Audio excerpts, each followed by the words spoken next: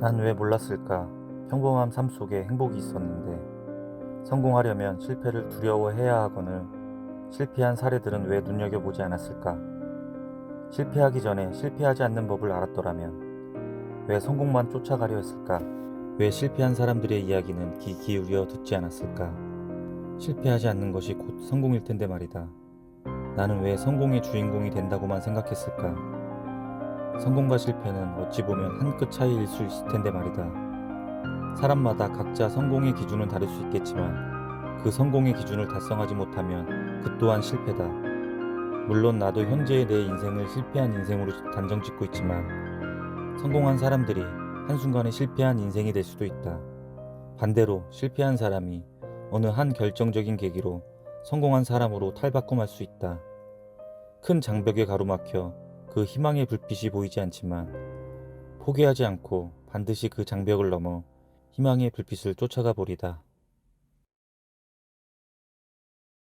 저는 초등학교 2학년 시절부터 TV에서 하는 스포츠에 관심이 무척 많았습니다.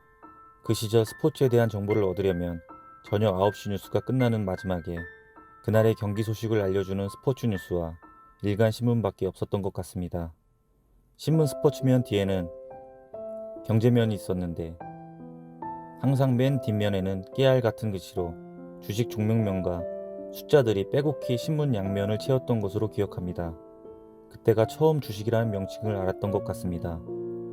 그리고 시간이 흘러 17살 1999년 가을 무렵 일을 하던 곳에서 어른들이 그 당시 떠들썩했던 종목 SK텔레콤이 매일 최고가를 경신한다는 이야기를 어깨너머로 들었습니다. 그때부터 주식 잘못하면 패가 망신한다는 이야기를 많이 들었기에 주식과 투자란 단어는 전혀 제 관심사가 아니었습니다. 어느덧 전 성인이 되었고 일을 하면서 매달 들어오는 월급으로 생활하기 급급했습니다. 돌이켜보면 부자가 되고 싶었지만 부자가 되는 방법을 몰랐고 항상 돈이라는 것에 이끌리고 돈을 제대로 쓰는 방법을 모르고 살았습니다. 있으면 쓰고 없으면 안 쓰는 생활을 했던 것 같습니다. 그렇게 돈이 고팠지만 빚은 지고 살지 않았습니다. 군 제대 후 공부를 해서 대학에 가고 싶었으나 가정 환경은 저를 대학에 보내줄 능력이 되지 않았고 다시 저는 직장을 알아보고 돈을 벌기 시작했습니다. 군대 가기 전과는 다르게 적금을 들었고 한창 펀드 투자가 유행했던지라 2개의 펀드 통장, 주택 청약 통장까지 만들며 돈을 모으려 했습니다. 부자가 되지 않더라도 가난만은 꼭 탈출하고 싶었습니다. 직장에서도 시간이 흐르며 중책을 맡게 되었고 수익은 점차 늘어서 부유하진 않았지만 허덕이는 삶은 아니었습니다. 그렇게 2년의 세월이 흘렀고 2008년 리먼 사태가 발생했습니다. 그때는 경제관념이 전혀 없던지라 무슨 일이 있었는지 잘 몰랐지만 넣어두었던 펀드가 30% 이상 손실이었던 것만 기억합니다. 주식이 폭락하고 2009년 초에 경기가 회복할 때쯤 이번 2020년 코로나 팬데믹 때처럼 주식 붐이 일어났었습니다. 그래서 저도 전문가한테 맡겨도 손실나는데 직접 투자를 한번 해볼까 하고 주식 계좌를 개설했습니다.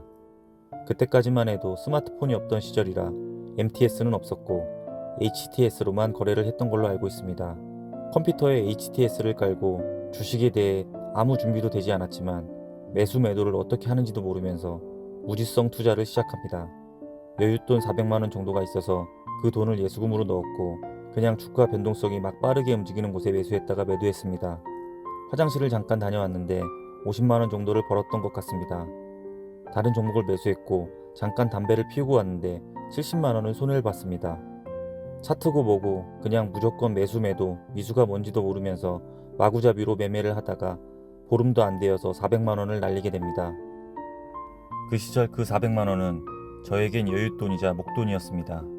화가 났지만 주식은 나의 길이 아닌가 보다 생각했고 주식은 넥타이 매고 하는 합법적인 유일한 도박이다라는 결론을 내리고 다시는 주식을 쳐다보지 않았습니다. 남들이 주식을 한다고 하면 만류하기도 했습니다. 그렇게 10년 이상이 흘렀고 그 사이 저의 인생도 우여곡절이 전혀 없던 것은 아니지만 극복하면서 결혼도 하고 한 가정을 꾸리게 되었습니다. 아이가 생기고 나니 아이에게 가난을 물려주고 싶지 않았습니다. 부자가 되어야겠다 생각했습니다. 내가 하고 있는 일로만은 부자가 될 수 없다고 결론을 내리고 추가적인 부수입이 뭐가 있을까 고민하게 됩니다. 그러던 와중 코로나 팬데믹이 찾아왔고 온통 주식 폭락과 경제 위기론 이야기가 뉴스에서 쏟아져 나왔습니다. 그때까지도 주식은 절대 생각지도 않았던지라 저에게 주식 폭락이란 말조차 전혀 체감되지 않았습니다. 그리고 다시 점차 장이 회복되면서 여기저기 주위에서 주식 이야기가 들리기 시작했습니다. 부자가 되고 싶었지만 이 길은 내 길이 아니다 생각했기에 길을 닫았습니다. 그런데 다른 부자가 될 수 있는 방법을 찾아보다 어느 글이었는지 유튜브 시청 중에 본 건지 자세히 기억이 나진 않지만 대한민국에서 흑수저가 부자가 되는 길은 부동산 투자와 주식 투자밖에 없다는 말을 들었고 며칠 동안 그 문구가 머릿속에서 떠나질 않았습니다. 요즘은 주식 계좌를 만드는 것도 아주 쉬워져서 2020년 6월 초에 비대면으로 주식 계좌를 개설합니다. 주식으로 한번 실패했던 경험이 있었던 저는 아주 소극적으로 첫 예수금을 150만 원만 넣었던 거로 기억합니다. 이번 주식 투자도 아무 준비가 되어 있지 않았지만 일단 무작정 주식 계좌를 개설한 것입니다. 하지만 한 번의 실패 경험이 있어서였는지 조심스레 종목들을 살펴보았습니다. 소액으로 조금씩 매수를 해보면서 경제 뉴스를 읽기 시작했고 그날의 테마가 무엇인가 뉴스를 보고 뉴스 매매를 소액으로나마 했던 것 같습니다. 약간의 손실을 보면서 역시 나는 주식 체질이 아닌가 보다 접으려 했지만 흑수저인 내가 부자가 되는 길은 이것밖에 없다는 생각이 떠나질 않았습니다. 매매를 멈추고 공부를 하기 시작했습니다. 제가 주식을 관심 있게 봐서 그런 것인지 TV나 각종 언론 매체에서 주식에 대한 이야기가 나오면 귀 기울여 듣기 시작했습니다. 그리고 그때 메리츠 자산운용사의 존니 대표가 주식은 파는 것이 아니라 모아가는 것이다란 말을 했는데 그 한마디가 너무 와닿았습니다. 그때부터 본격적으로 가치 투자란 것을 공부하게 됩니다. 유튜브 채널 슈퍼개미 김정환님의 영상을 보면서 재무제표를 보는 법과 나름대로 종목의 적정 주가를 매겨보는 법을 공부하였습니다. 좋은 주식, 안전한 주식을 나름 엑셀 파일로 업종별, 주제별로 정리하면서 공부하는 즐거움을 느꼈던 것 같습니다. 재무제표를 보고 실적 대비 안 오른 주식을 찾아보게 되었습니다. 차트 공부는 단타쟁이들이라 하는 것이다. 나는 가치 투자자다. 이런 생각들로 가득 차 있던 시기였습니다. 요동치는 그날 테마 종목들의 거래를 보며 적정 주가를 매겨보았고 이건 너무 비싸, 고평가야. 나름 혼자 종목을 평가하기 시작했습니다. 매수할 여러 종목을 찾던 중 KG 케미칼이라는 종목의 재무제표를 보았더니 실적이 아주 좋은 저평가주라 생각했고 2020년 8월 3일 14,400원에 매입을 하였습니다. 아주 소액으로 말이죠.